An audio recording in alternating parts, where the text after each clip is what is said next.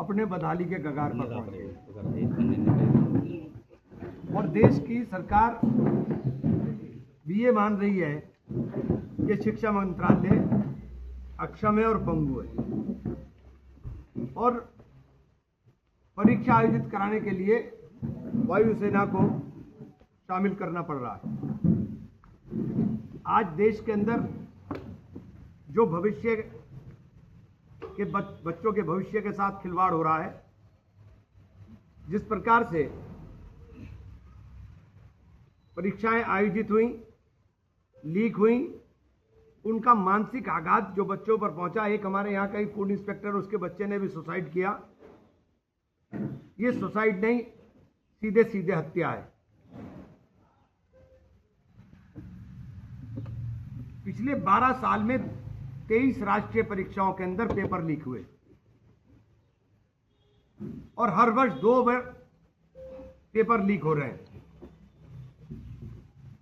देश भर में लगभग 90 से अधिक पेपर लीक हो चुके हैं जो विभिन्न परीक्षाओं के अंदर, और ये पूरा सिस्टम जानबूझ करके बच्चों को शिक्षा के अधिकार से वंचित करने का कुत्सित प्रयास है। और हम आंकड़ों के साथ बात कर रहे हैं। आंकड़े आपको बताएंगे कि देश के अंदर कुल शिक्षा का बजट और कुछ बच्चों के परिवारों द्वारा खर्च किए जाने वाला बजट 1,32,000 करोड़ बनाम 1,40,000 करोड़। शिक्षा जैसे महत्वपूर्ण सब्जेक्ट के ऊपर सरकार की उदासीनता, शिक्षा के व्यवसायीकरण और शिक्षा व्यवस्था के अंदर लीकेज ने देश के अंदर देश के युवाओं का भविष्य बर्बाद कर दिया। अगर मोटा मोटा आंकड़ा जो कोटा के अंदर 3,000 बच्चों ने राहुल जी के कार्यक्रम को देखने का काम किया, उस 3,000 बच्चों में जो आंकड़ा है वो एक आईएएस बनता है। 3,000 में एक, 3,000 में 30 बच्चे आईआईटी में जाते हैं और 3,000 में से 180 बच्चे डॉक्टर बनते हैं। यानी 211 बच्चे 3,000 में से क्वालिफाई कर रहे हैं। तो ये एक सिलेक्शन सिस्टम नहीं है कि ये रिजेक्शन सिस्टम है। सिर्फ 211 बच्चे वहां से निकल करके जो बच्चों के लिए शिक्षा, जो सपना पंडित जवाहरलाल नेहरू का था, जिस शिक्षा व्यवस्था की बुनियाद देश के अंदर मौलाना अबुल कलाम आजाद ने रखने का काम किया था, संस्थान बनाए थे, ये उन संस्थानों की बर्बादी की दास्तां बयान कर रहा है। नीट परिवारों का जो खर्च है, 22 लाख नीट छात्रों ने 1,32,123 लाख करोड़ यानी 132 लाख करोड़ रुपया जो है ये बच्चों ने खर्च किया और इसके सापेक्ष 1.4 लाख करोड़ रुपया सरकार खर्च कर रही है। तो ये दुर्दशा है, लूट मची हुई है। गरीब का बच्चा, तो ये सिर्फ 22 लाख बच्चों का आंकड़ा दे रहा हूं मैं जो नीट के अंदर बैठे थे। देश की आबादी 140 करोड़ है। 140 करोड़ की आबादी के अंदर गरीब के बच्चे को तो पढ़ने का अधिकार ही नहीं रहा है। गरीब बच्चा पढ़ाई कैसे कर पाएगा? टॉप 5 परीक्षाओं का खर्च गवर्नमेंट ऑफ इंडिया का 3 गुना जो परिवार खर्च करते हैं, उनसे 3 गुना खर्च परिवार करते हैं जो गवर्नमेंट ऑफ इंडिया का बजट है। ये इकोनॉमिक सिस्टम देश के अंदर डेवलप किया गया पिछले 12 सालों के अंदर। और ये आंकड़े अपने आप में, क्योंकि 5 परीक्षाएं एसएससी, यूपीएससी, आरआरबी, जेई और नीट, ये परीक्षा एसएससी के अंदर 5 लाख छात्र, यूपीएससी के अंदर 3,58,00,000 छात्र, आरआरबी में 16 लाख छात्र, जेई में और 22 लाख छात्र नीट के अंदर बैठ रहे हैं। और इनका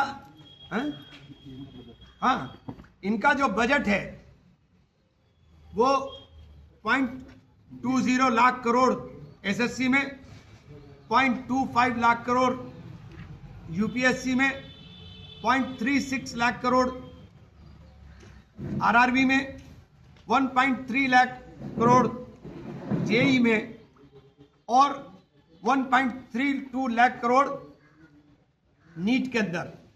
ये स्थिति अगर देश के अंदर है तो देश तरक्की कैसे करेगा? देश का युवा ना शिक्षित हो ना रोजगार मांगे। ये सरकार इस रास्ते के ऊपर चल रही है।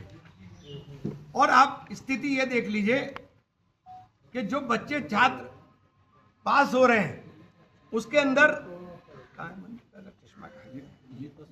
वसूल कर रहे हैं। हाँ, प्राइवेट स्कूल। हाँ, इसमें आंकड़े लिखे हुए। ये रहा, अच्छा ये रहा।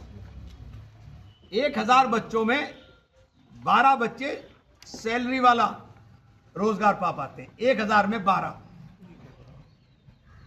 ये और उनमें से 651 बच्चे, 691, ऑलमोस्ट 70% बच्चे मनरेगा, स्वरोजगार और गिग वर्क इसके अंदर लगते हैं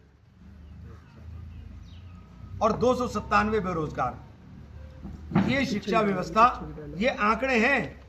इन आंकड़ों को, ये सरकार के आंकड़े, हमारे आंकड़े नहीं हैं, ये सरकार के आंकड़े हैं। अब ऐसी शिक्षा व्यवस्था अगर देश के अंदर होगी तो देश का भविष्य उज्जवल कैसे होगा? देश के बच्चों के साथ जगह जगहों पर ये जो कोचिंग सेंटर खुल गए, इनके अंदर मानकों का ध्यान रखा नहीं जाता। और 2 बड़ी दुखद घटनाएं, पहले दिल्ली में पानी भरने के कारण और कल लखनऊ के अंदर आग लगने के कारण मासूम छात्रों ने अपने जीवन का बलिदान दिया है। उनके मां बाप के सामने बच्चे जले, उनके दर्द का हम लोग एहसास भी नहीं कर सकते कि किस पीड़ा के साथ वो लोग गुजरने का काम किया। हम अपनी जिम्मेदारी समझते हैं और ये कार्यक्रम हमारा पूरे देश में चल रहा है। पूरे देश में हर जगह अभी प्रेस कॉन्फ्रेंस कर करके हम लोग, चूंकि मीडिया चौथा स्तंभ है, समय है कि आप भी अपनी जिम्मेदारी निभाएं। किसी ना किसी को कहीं ना कहीं आगे होकर के लड़ने के लिए आना पड़ेगा। हमारे नेता राहुल गांधी ने इस मुहिम को बढ़ाया है और इसी सिलसिले में पूरे देश के अंदर हमारी ये प्रेस कॉन्फ्रेंस के माध्यम से राहुल जी अभी प्रयागराज जा रहे हैं। हम लोग एक लोगों को जागरूक करने का, लोगों को बताने का और खड़े होने का आह्वान करने के लिए हम लोग निकले हैं। बहुत बहुत धन्यवाद।